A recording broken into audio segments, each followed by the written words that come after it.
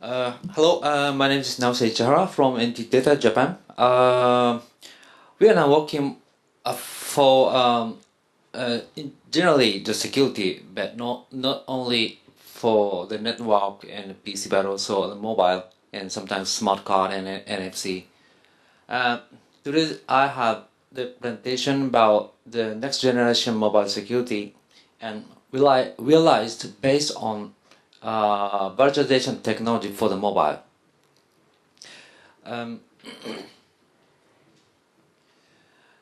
The index of today's presentation, starting from overview and touches somehow trust zone TE and what is the mobile virtualization technology, and I show you our approaches to resolve some of the security issues for the mobile, and I show you some demonstration video that we have developed as a prototype model, and make a conclusion.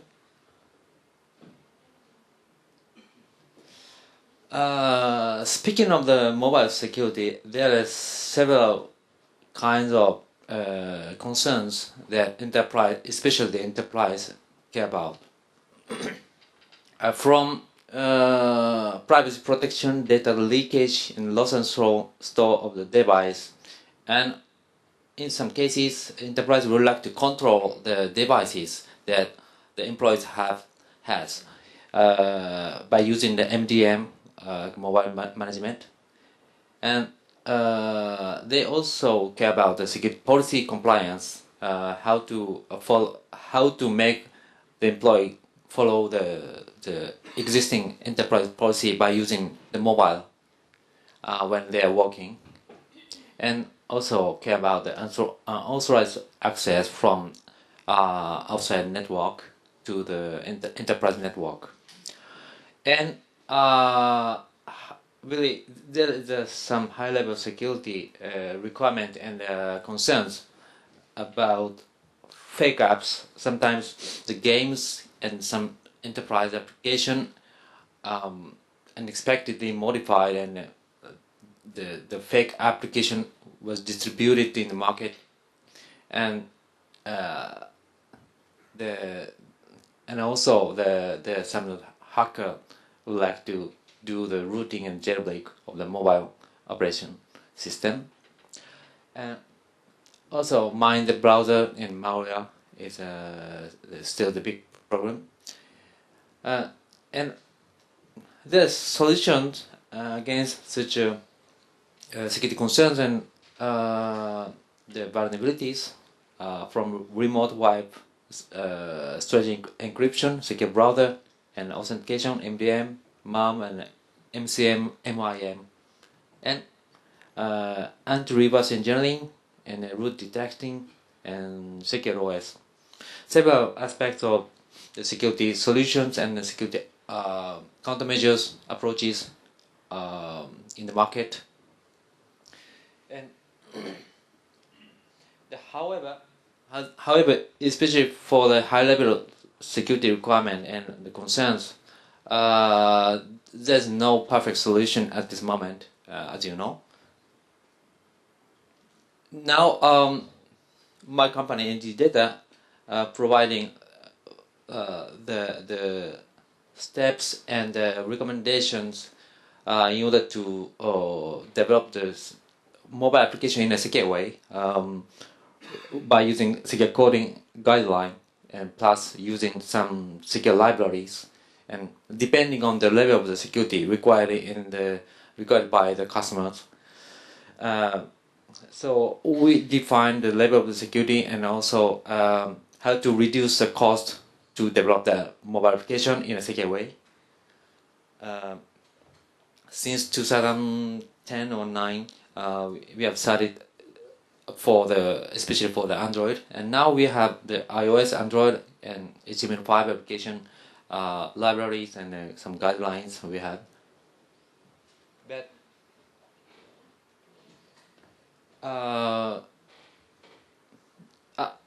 as long as we follow the current architecture of the mobile based on the Cortex and the Android, for example, and but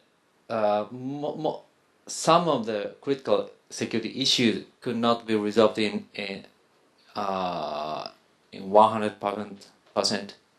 So then there are several approaches in the industries to resolve that kind of really significant problem. First case is SE Linux. By using SE Linux to restrict some rooted operation, but for example, by using the Tomoyo Linux, this is developed by NTTDATA. But in this case, sometimes restrict some of the functional requirements sometimes by MNO or terminal vendors. So sometimes it makes problem. And second case is Trust Zone and TEE. Now our TrustNIC is having some technologies for that. Trust Zone will be is embedded in the ARM Cortex as a current architecture, but not so many cases the trusted application or trusted OS not embedded on the current mobile. But just technology point of view, it is possible to implement such a second case. And third one is hypervisor mobile virtualization. What I like to talk about today is third one. That it is possible to embed the several different operating systems on one hardware mobile architecture, and on the hypervisor VM, and controllable by the manager of the hypervisor. And fourth one is software VM. Horizon Mobile is one of the famous one, developed by VMware. Software VM will run on the Dalvik VM and the Android OS to provide the running environment for another Android OS on that. This is in this case, software VM will run directly on the Android OS. So this is one of the application from the Android OS point of view. So it is also possible to download from the Google Play, and in user experience point of view, it is very convenient. But from security point of view, there are some remaining problems.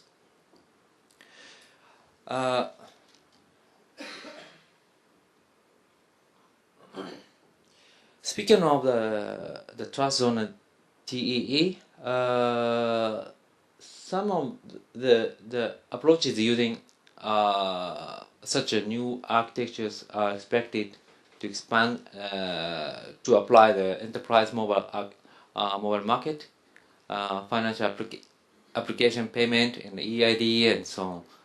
And Trust Zone is provided by ARM and for the secure running environment by separating the resources for different domains. Normally, the normal domain could not directly access to the resources on the secure domain, by using only the API provided by the TEE or Trust Zone. The normal domain could access something inside of the secure world. By implementing such a model, it is possible to protect the confidential data or keys and certificate and some data that must be protected inside of a device and isolated with isolated from the NOVA domain. So TEE and the trust zone is one of the expected technologies so far. And the global platform has provided the API for the TEE client and TE client, TE internal, and some white paper and so on. And now the TrustNIC has practical technologies and solutions implementing the TEE. And speaking of the mobile virtualization, we have applied the Red Band software's vLogic Mobile. I call it VLM, and this is for the mobile virtualization, providing the Type 1 hypervisor. Type 1 is quite different from the software VM because that can separate the multiple virtual domains on hardware level, and even though the one mobile device has one physical storage in the logical storage domain, by using this technology, several operating systems could be stored on logically partitioned operating system, several operating systems on the mobile. And in this picture, there is the several domains on one device, and for example, there is a personal domain and a legacy software domain and enterprise domain to be isolated with a private domain. And management domain will be in charge of handling and controlling some of dispatching the command and dispatching the order, controlling the order of the process and so on. And the management domain basically provided by Red Band software, and but not only providing such a control, but also it is also possible to refine the functionalities of such a management domain. So by modifying such services and functions inside of the management domain, and also we could develop something to protect enterprise domain resources. We have developed our own approaches, modules. This slide show you how the Red Band software virtualization technology could control and isolate the several resources for multiple virtual domains on mobile. There is, for example, there is several kinds of device drivers, and basically VLM virtualizer are able to and controls the hardware for each, and controllable for and visible or controllable for each domains. For example, in case of battery, of course, both domain need to control and need to know the how many batteries remain. So, in case of battery, it is provided for both. But in case of, for example, other video and OMX, and some of the devices are provided only for private domain, and something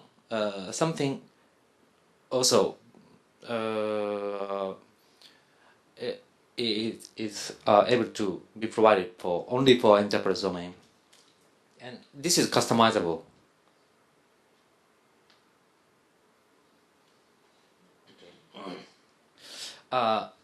Okay. Speaking of our approach, to keep the security and to protect the enterprise resources, then if it is possible to control dynamically, for example, NFC devices and Bluetooth and Wi-Fi and so on, that could be, if it is possible to customize dynamically while the device is running, it is very how can I say, in order to not only in order to resolve the security but also to provide the high, to provide a high user experience to the users. So we have investigated and developed something like this idea. By using this technology, there are several use cases are expected from BYOD by separating the private and enterprise. And some cases, multi-user for one device, user A and B and manager. The one for one user having one virtual mobile OS on one device. And in case of payment terminal, on the left side there is a normal domain, and on the right side there is a dedicated domain for the payment application. And the only the payment application can run on the secure domain. By implementing this, there's nothing to do with normal domain security.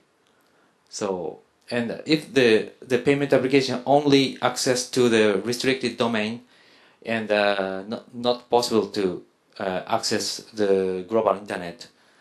For example, in this case, it is possible to reduce some risks, potential risks. And fourth case is a secure storage to implement the storage in a secure domain and accessed by the normal domain. Anyway, there are several cases expected, and this is what we have developed by using this technology. Our approach is dynamically activate and deactivate the hardware devices, for example, camera and NFC and so on, for each domain according to the policy, and that could separate the each domain for normal and enterprise, and based on this technology. In this case, the camera for private domain, camera is activated, but in enterprise domain, camera is not activated. Not activated means enterprise domain or operating system cannot recognize the device has a camera or not, because there's no device driver, visible device driver to the operating system. So it is possible to change the visible or invisible of the device driver for each domain. And if we can implement the NFC could be deactivated in the private and enterprise only activated for the enterprise domain, may perhaps possible to resolve some security potential security risks in the services, and so on. And the third one is Wi-Fi could be activated according to the given timing or location, or some login user dynamically change the Wi-Fi suite or Wi-Fi functionalities. This is the basic idea of our approach. And there are several approaches to implement from technical point of view. The first one is driver blind cases. Manage the list of the policy about which domain can use which devices. Make a list and to be managed inside. And backend and front-end driver asks its own availabilities to the DDDC. DDDC is a dynamic device driver controller to judge this request is available or not. And the normal domain can also can ask the to use the backend driver and so on.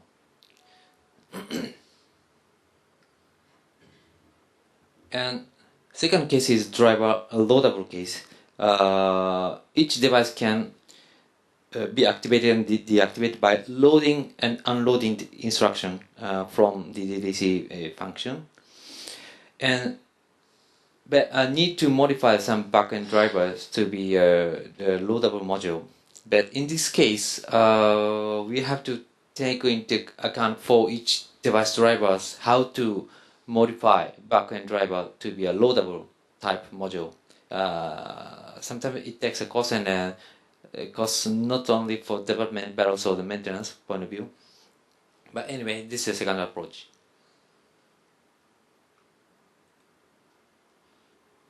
This is pros and cons with A and B driver blind and driver loadable approach. For security point of view, driver blind is better because DDDC could be implemented in a secure domain, and capability point of view, driver blind also possible, also available, and able to realize any expected use case. But in case of driver blind, driver loadable model, not so easy to realize any kinds of expected use cases. Implementation point of view, we need to design interface between DDDC and drivers. It takes time, but in case of driver loadable model, only to develop loadable module. But as I said, on other hand, we have to take into account for each device driver's characterization and need to develop for each.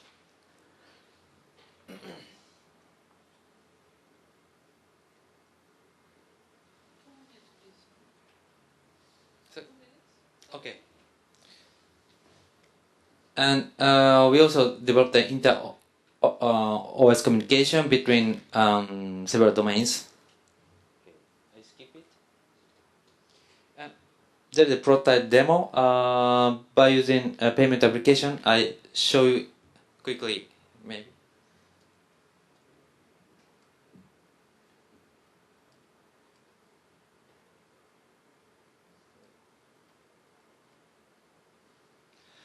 This is what we have developed as a prototype, and this is really a simple case. The concept is this device has two operating systems on the mobile, and one is normal and the second one is secure.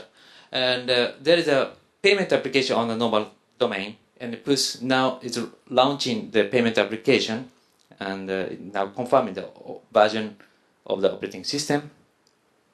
And there is LED directly connected with through the USB, and the point is only the secure domain can access the LED. So when the payment application is requiring the user to input the PIN, always the secure domain PIN application, something like PIN application, run on secure domain, and at the same time, if requiring the input the PIN for the user, LED must be turned on. So by user point of view, by looking at this, LED is turned on, which demonstrates this application is running on the secure domain. Now entering the PIN and finish it. Now the LED has turn off, and which means the process was changed to the normal domain. So somehow security risks, and this is the concept of our approach, and developed the DDTC by using the mobile virtualization technologies. Okay.